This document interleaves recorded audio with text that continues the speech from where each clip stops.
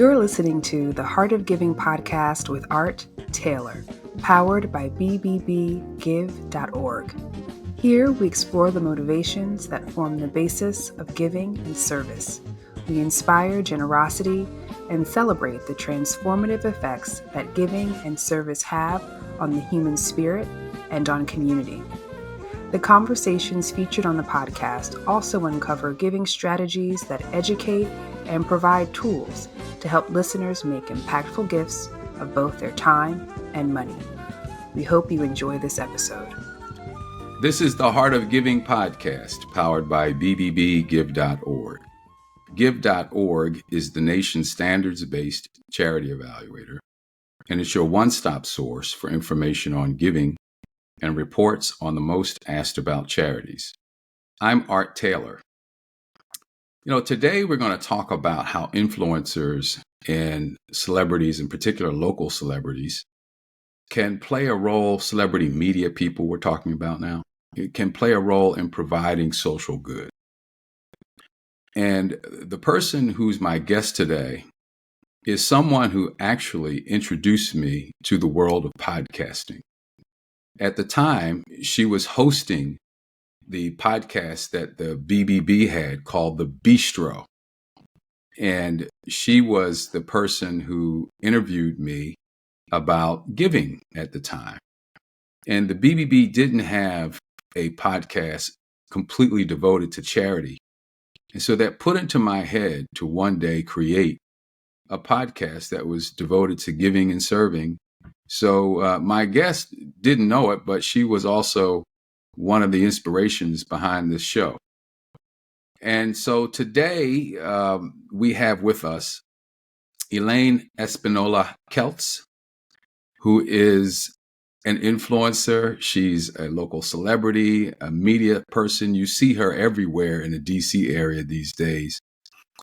And she was also formerly Mrs. DC USA.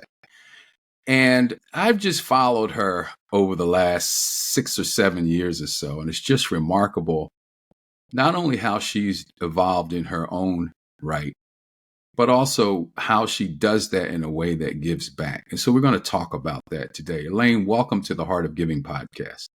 Art, thank you so much for having me. It's so great to see you. And thank you for those really kind words. I appreciate that. Well, I like to give people flowers, especially when they're deserved. And sometimes we don't even realize how we influence people or how we affect them, what little tidbits of information we pass on or experiences that lays a foundation for something new. And that's what you did for me without even knowing it. So I had no idea until you just said that. So I love that. Thank you for sharing. I should have let you know long ago, but this is... Yeah, that was such a great experience, that podcast for the Better Business Bureau, and meeting you and so many great people. What a phenomenal experience. That was my first time actually professionally podcasting as well. Well, there we go. We both learned something. Yeah. Well, Elaine, you've come a long way since that time. Mm-hmm. And I want to get into a little bit of your background, if you don't mind, because this is always a part of the show where people can begin to see themselves, if not in the specific career choice that you made, certainly in the path that led the person to that career choice that they have, and to how it links and connects with giving back. And in your case, it was through the media. So I would love to understand, first of all, what your orientation was to getting involved in media, mm-hmm. and then how you tied that so artfully into giving back. Well, thank you. Thank you for, again, the great question. And I do love talking about it because it's been a really fun journey, one that I didn't exactly plan out, but that has unfolded in the last decade into something that I'm really proud of and that I really love. And you're right. There has been quite a lot of really cool service organizations that I have partnered with for the last 10 years, some of which the last 5 years. And they mean so much to me. So, I think where media started for me, and you're right, it has provided a really large platform for me to share some of these really, really great organizations and what they're doing. But Art, I was, as a career, I was a pharmaceutical sales representative for How about a about that? decade. So that was my career.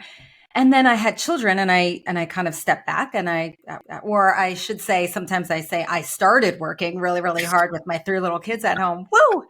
Um, and it was during that time that, I was doing the mom thing, and I kind of, I realized that I kind of missed, being a drug rep, if you will, or a pharmaceutical rep. You're out and about, you're all dressed up, you're talking to doctors, you're doing lunches, dinners.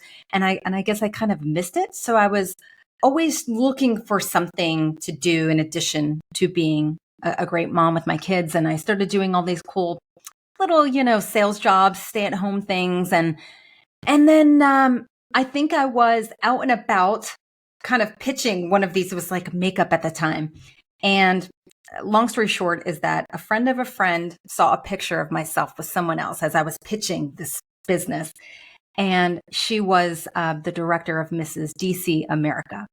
So she reached out to this friend and said, who's your friend? And how do you know her? And what's going on? And so that began this Mrs. DC America journey where she reached out, are you interested? And honestly, I wasn't. I never even heard of a Mrs. pageant. I knew what everyone else knew, which is what you watch on TV. Miss Right. America, Miss USA, Miss Universe, whatever. But a Mrs. pageant, I was not familiar with that. But she was persuasive. And I thought, you know what? Why not? Why not? You know what? Why not? If I do it and I don't win, don't care, never heard of it. And if I do, who knows? I don't know. So I took a little leap and I did that little thing. And then when I won, and I always joke that, that famous picture of a woman with her hands, like, oh my gosh, I was really like, I genuinely was like, it was almost like, what did I just get myself into? Really? What is this? What does this mean? I just went along with it, wear the dress, do the stuff. But then I thought, oh boy, what did I just get myself into? And it turned out to be wonderful, but it was a commitment. I was contractually obligated to 4 to 6 appearances a month.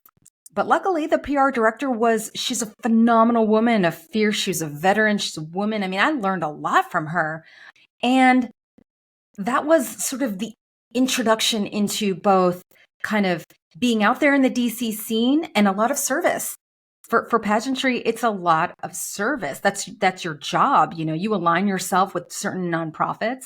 You're not getting paid per se. You're out there promoting great causes. And DC, there's no shortage of that. And she's a great PR director. So next thing you know, it was, hey, this veteran organization wants you to speak, or this organization wants you to give away this award at this event. And it was a really fun year. And I did a lot of that. And I networked a lot. And I met a lot of people. And it was actually during that year, Mrs. DC America, that I was at an event and I was speaking with a woman who said, well, gosh, you just have this great presence. Have you ever been on TV? You speak so well. You're very intelligent, lots of great things to say. And I said, no. And she said, well, I'm a producer. And boom, that's how that started. She said, I'm a producer and I have a show. It's on community cable. But I've been looking for a host. I've just been sitting here with all my show hours waiting for this host. How would you like to do it? And I said, great. And I ended up doing that for a total of 5 years. And what was great about it being community cable, we could talk about to a degree whatever we wanted. We weren't selling things, so it was really just about passion things we were interested in. She gave me a lot of creative freedom, and I had a lot of passions for nonprofits. And so I really just thought to myself, what deserves to be heard? What messages need more attention?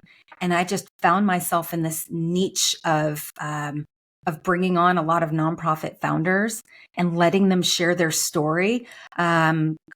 So many. It's something I'm most proud of. It's my days at Community Cable, talking to nonprofit founders and letting them share their story. Now, I would imagine you have had lots of interesting conversations with people, but are there any that really stand above and beyond for you that you want to share with us today? Oh, I would love to. Thank you for for asking that question. There's two. One is a nonprofit that I'm very closely aligned with. I'm a board member, an advisory board member, and that's Touching Heart. The founder is Helen Yee, and I had herself and her daughter, who is her co-founder, and that's the story of how this nonprofit came together, was this mom and daughter. And I've had them on the show probably 3 or 4 times to talk about what Touching Heart is. And I was so just enamored with their story and what they're trying to do for kids. We developed a really close friendship, and thus I became an advisory board member, and I've been working with them for years. No, I would love to know. Talk about their mission and what they sure. do. Yeah. So Touching Heart, their mission is to teach children the joy of giving through service. There's a lot of places out there where kids can serve, right? Some middle schoolers demand service hours. So kids are hopefully understanding that they have to do it. But what's different about Touching Heart is that they teach kids from the beginning to the end, almost like a little CEO, almost like a little business. So you're not just showing up with your mom and standing there and doing whatever actions are said to be done. It's not like, okay, just fill these backpacks for 2 hours and like, we're done here, No, from beginning to end, they encourage children to think of issues, how you can help, what does it take to help, sit down with a pen and paper. We sit down with the board. You present your idea to the board. They see how they can kind of assist you and help you. But 2 of my children, and so they encourage children to lead the entire endeavor. And 2 of my kids led really huge events. One was for Loudoun County Foster Care. My daughter, she's so little. Maybe she was 8 at the time. And, with mommy's guidance, we talked about who needs help, how can we help them? But we organized a singing competition. We had an abundance. I mean, it was the real deal. Like, it was professional. Places generously let us use their space. Kids sent in their demo tapes. We probably had 50 demo tapes. We probably ended up having 20 kids participate. It was a sold out affair. We raised $5,000 for Loudoun County Foster Care. But from beginning to end, my daughter had to go to the Loudoun County Foster Care office and talk about, well, what are your needs and how can we help you, right? Let's make sure your needs are aligned with what we can give. What can we give that's helpful, right? So it was like really, it was really thoughtful and impactful, and Touching Heart guides children along the way. So she met with Loudoun County Foster Care people several times. Then she went out in the community with little flyers, knocked on the door, and I said, well, I'm not going to do it. I'll stand there with you, but that's the point. Little 8-year-old kids going up and say, hello, my name is so-and-so, and I'm putting together a fundraiser for this and that, and we would really love it if you would partner with us and donate X, Y, or Z. And so, she learned how to speak and ask and advocate and explain, what is this for? Who is benefiting from it? How can you partner with us? I kind of have chills just thinking about it. And now it's time for our Giving Tips segment with Bennett Weiner, one of the world's most renowned experts on charity accountability and the COO of the BBB Wise Giving Alliance. Today, I'd like to talk about summertime giving, opportunities to help charities during the hotter months. So what's available to you as a donor beyond just, making a cash donation to an organization? Well, the obvious one I think that comes to most people's mind is donating goods in terms of your spring cleaning, to give a second chance for something you no longer want, to donate to a charity. But I would suggest making sure that the organization can use the item or intends to sell it to, raise funds for it. So make sure that you can make a donation to them and they'll accept it. The other thing is, sometimes there are concerts during the summer which claim that they're going to benefit some specified charity. So, while you're looking for tickets, keep in mind that the advertising, the promotion should tell you how much of what you're paying is actually going to go to help the charity. Don't assume that it's all going, because that's rarely ever the case. There should be a disclosure, and if you don't see one, certainly ask to find out. And if there's a sponsored charity, you could also go to the charity because they might know. The other thing that will happen more in the warmer months is face-to-face giving. There may be, individuals who may come up to you in shopping areas, with an iPad and with a charity T-shirt on, ask you to donate to some children's charity or a cancer charity or some other type of group. And if you do that, look to see if the individual is wearing clothing with the charity's logo, or maybe has an ID card attached to his neck, in some way of verifying that they are indeed affiliated with the organization. And the other thing to keep in mind with these types of gifts is, very often these in-person solicitations want you to sign up for automatic monthly donation activity. So keep that in mind if you're agreeing to make a donation in those circumstances. And of course, don't feel pressure to make an immediate gift if that's not what you want to do. Take the time to check out the charity and give at your own convenience when you're home online by visiting our report and the charity's website and verifying the organization meets our standards. I love this. And Thad, my producer, is going to be like, now he's not going to talk about the giving problem again. No. But Elaine, we have a giving crisis right now, at least in terms of giving to institutions. Mm-hmm. We've seen a decline in giving over the last 20 odd years, where Americans were giving at a rate of like 66% of families, down to 49.5% of families. And, there's work going on to try to figure out what's going on. But clearly, there's something happening in our culture. And perhaps efforts like this will turn that around. Perhaps. And as long as kids don't feel compelled to do any of this, that they're doing it because it's, they have been taught a lesson by their families that this is something worth doing and helping others. It's beautiful. It's absolutely beautiful that you have young people being taught how to go about running, not only giving something away, but how to think about giving and how to organize an effort and how organizations even operate. Because I think we have a lot of advocates, which is great, but we also need organizations and people thinking about how to give to organizations. So love this. And I got to get the founders on the show here so that we can hear more about that, because I think it's really important. We need to spread that around the world. Absolutely. That needs to go around the country. Absolutely. They started local right out of Northern Virginia, but they have, I want to say, Touching Heart's been around for maybe 13, 14 years, and they have raised money for orphanages and all kinds of places all around the world, in Africa and the Philippines. I mean, locally a ton. I mean, they just do so many great things, but it's all about teaching children the joy of giving, next generation. So it's great. So we talked about you actually connecting because of the Mrs. DC America pageant.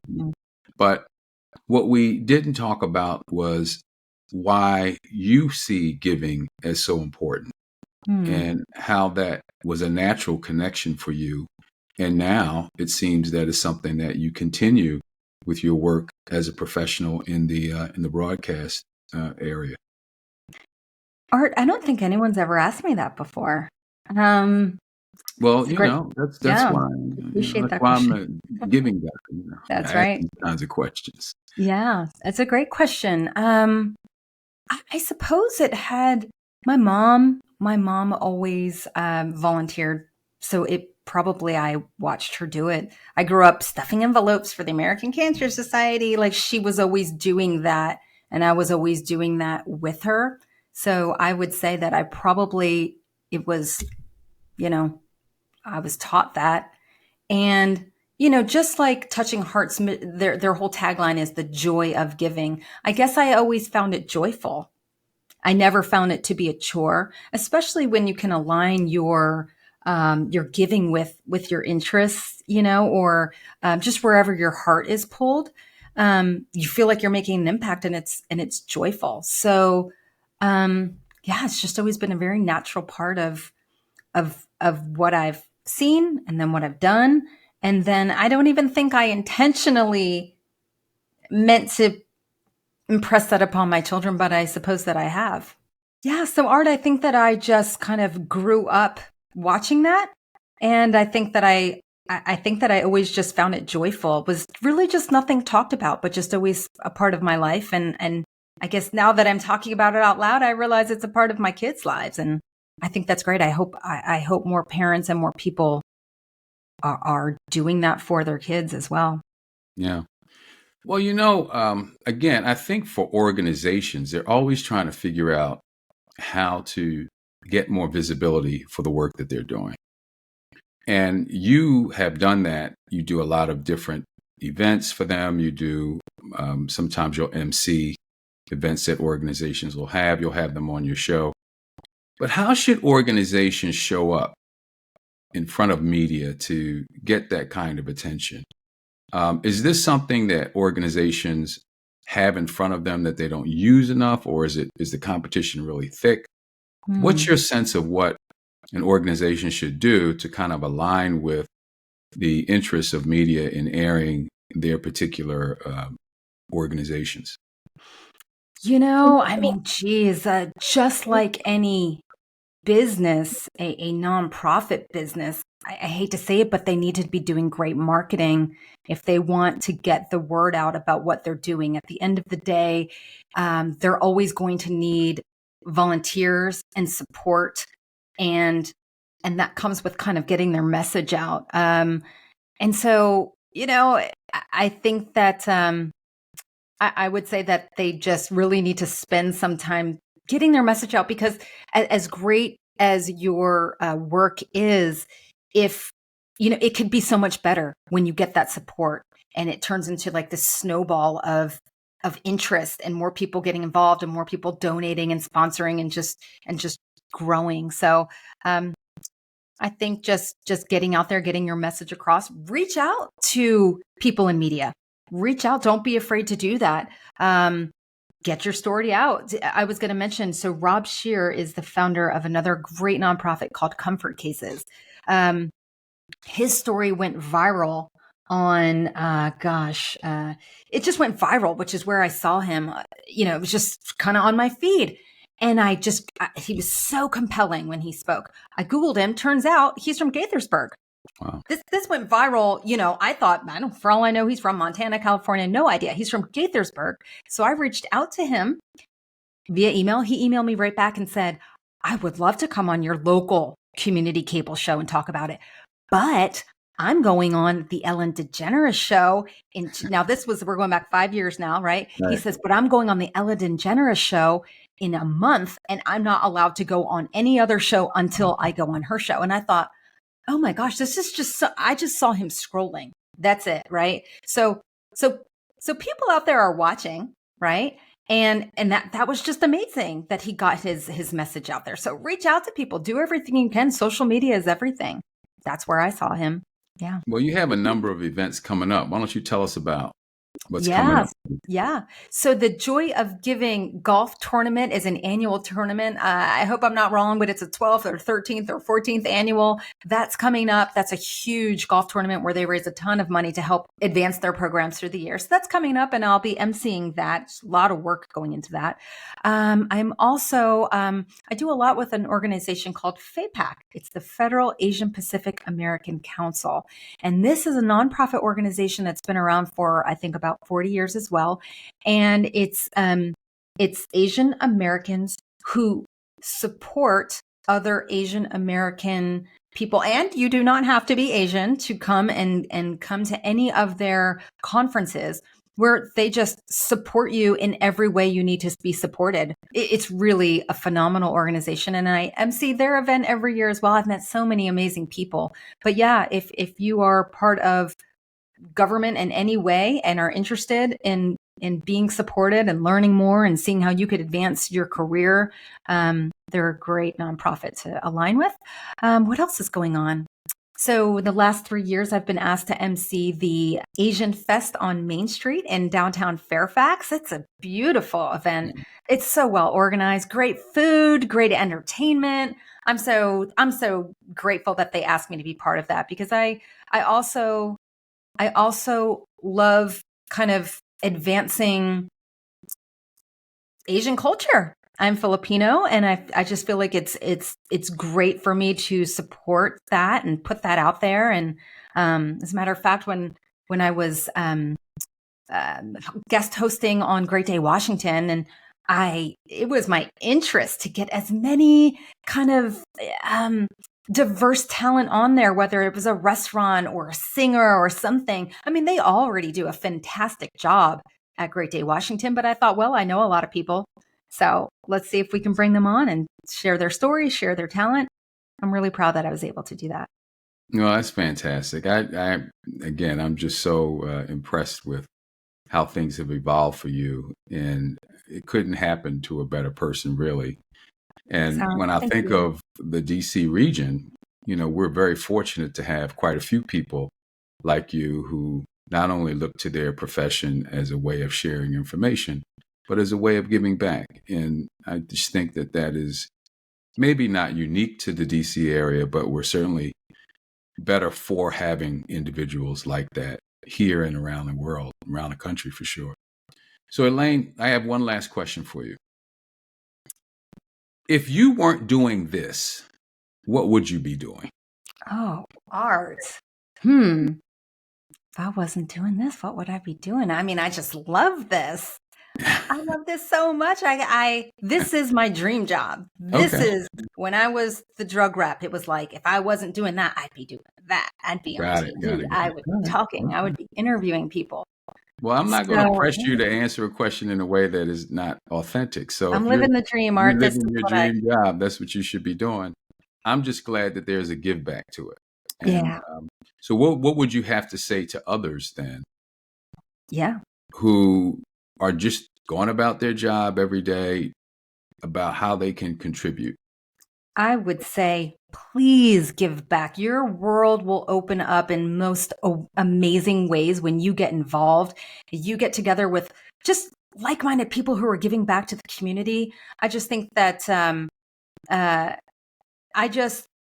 know that the impact of giving back gives so much to yourself as well. I mean, it just feels good to be doing great things, and then it snowballs. That effort snowballs into such amazing things, and then you get to live in the community where you're giving back, and it's just a beautiful thing. So what I'd have to say is, just intentions are everything, right? We'd all I'd like to do it more, but you got commitments. But tell yourself you're going to do one thing. Just start with one thing.